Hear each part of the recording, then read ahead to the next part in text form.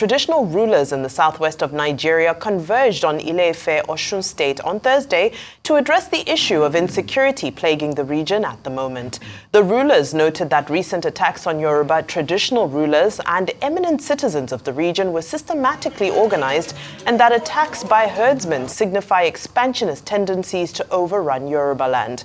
Traditional rulers from Osun, Oyo, Ondo, Ekiti, and Oyo states, including the Oni of Ife, Oba Adeyeye Ogunwusi, the Olowo of Owo, and a host of others were present at the session. Now, we now invite Dayo Sobowale, of course, who's joining us in studio. Our Rise News analyst Dayo Sobowale joins us to further interrogate proposals put up by those Southwest monarchs on how to battle insecurity and how effective they could be in a more complex and modern Nigerian nation. Good afternoon, Mr. Sobowale. Warm welcome to the program, as always. Welcome to the show, Mr. Sobowale. As usual. All right. Security, of course, is still very much top of mind at the forefront of conversation. A different angle coming from the traditional rulers. Before I unpack it, I'd love to get your initial take on the propositions set forward at this gathering. Well, it's a very fine proposition, and it has to be considered in the light of the insecurity we have, not only in Nigeria, but especially this time in the southwest, the Yoruba speaking area. Now you can see the array of obas. They are the very important obas in Yoruba land, so they know what they are saying. Their own contention here is that, it's about time we returned to our own juju, our traditional way of weaving power and taking care of our society. But then, it's a power game. You have to start from history this time around. These people you see now lost power during colonialism. The ancestors lost power during colonialism. I was reading a paper some time ago titled The Philosophy of Colonialism, Civilization, Christianity, and Commerce, Violence in 20th Century Africa. So, the power game is about violence, and it's the victor that dictates what happens thereafter. The Obesian theory of might is right. Okay. The colonialists dislodged the Obas and destroyed African tradition and culture. That is why I'm speaking like I'm speaking now to you, and we are all dressed the way we are. That's Western civilization. So these Obas lost power. And then we have the modern society, we have democracy and all that. But what they are saying now is that modern political system has not been able to produce adequate security. And that maybe we could look at their own side. But then I will say, on their own side, how truly traditional are they still now? Because if you see most of our Obas now are American-trained people who build for Obashi. In the traditional Yoruba system, it's the oracle that picks the Oba. You get me? The oracle. But nowadays we know better. In traditional Yoruba system, you have a patriarchal system. The succession is from the father line. But we know better now. Let me crack a joke with you. There was a time a governor and an Oba all passed.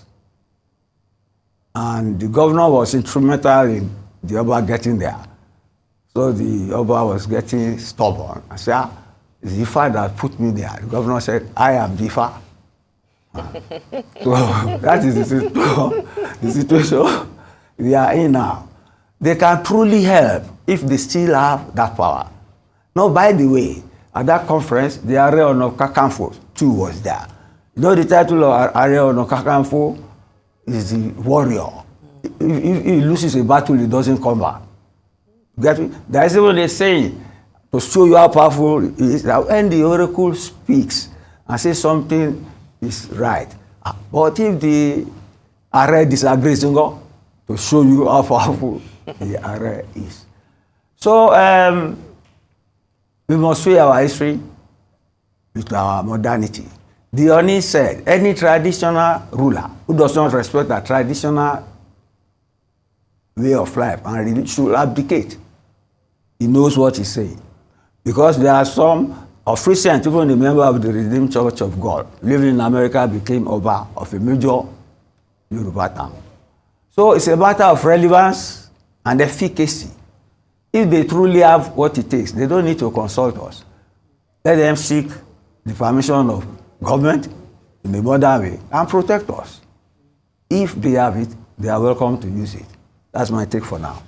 I mean, in that conversation, there was, the conversation about politicians belittling the kinship. You said they have taken over everywhere, and kinship doesn't necessarily mean anything to these politicians anymore.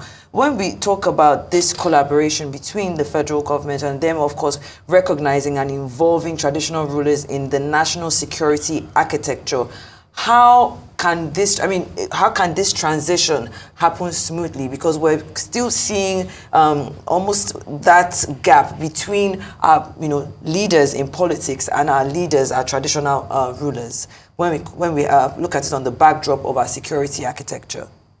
There is no transition. There is transition from what is cohabitation. Get me?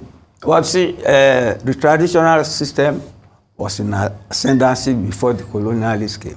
The colonialists subjugated it, brought in democracy, constitutional government. So the governor is superior to the traditional ruler. Get me?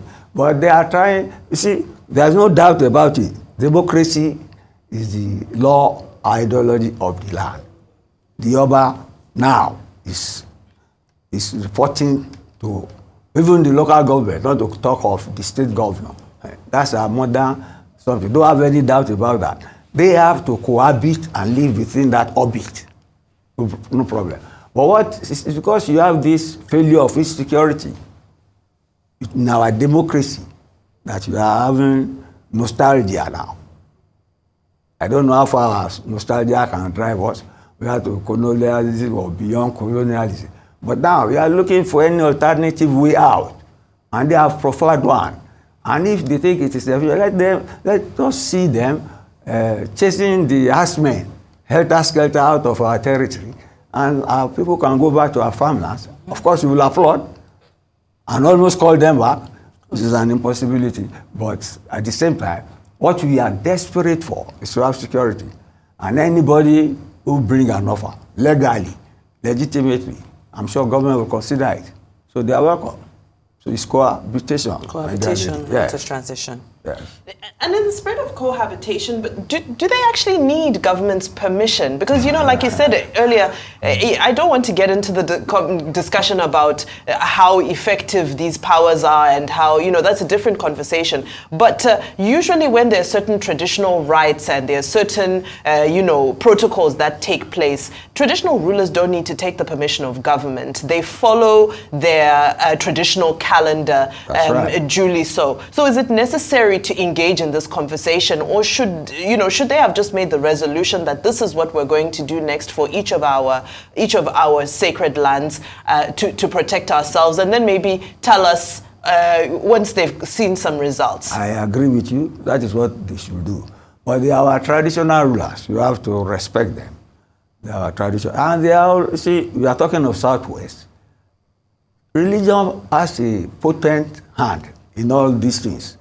I told you about this philosophy of colonialism, civilization, Christianity. The same thing in the North. It's jihadism. You get me? The gunboat diplomacy brought the English in here. The Bible in one hand and the gun on the other. And then, as at that time, the traditional rulers were involved in slavery. They made money from slavery. They were carrying their people to the coast and selling them until they started infighting. Even the infighting provided more commercial goods, human beings, to the Oyinbo, before the Oyinbos destroyed them altogether. Of course, nobody would want to go back to that era forever and ever. But then they are making a position. They are still relevant because we still respect them. Even the Oyinbos use them. In the North, indirect rule for the Obas and the Emirs, they relied on what the Oba tells them and they did it. The same thing. Later they did it. They were not doing it in the south, but later they did it. They started with Obadem Louis in Ile-Ife. So it's an issue of power and relevance.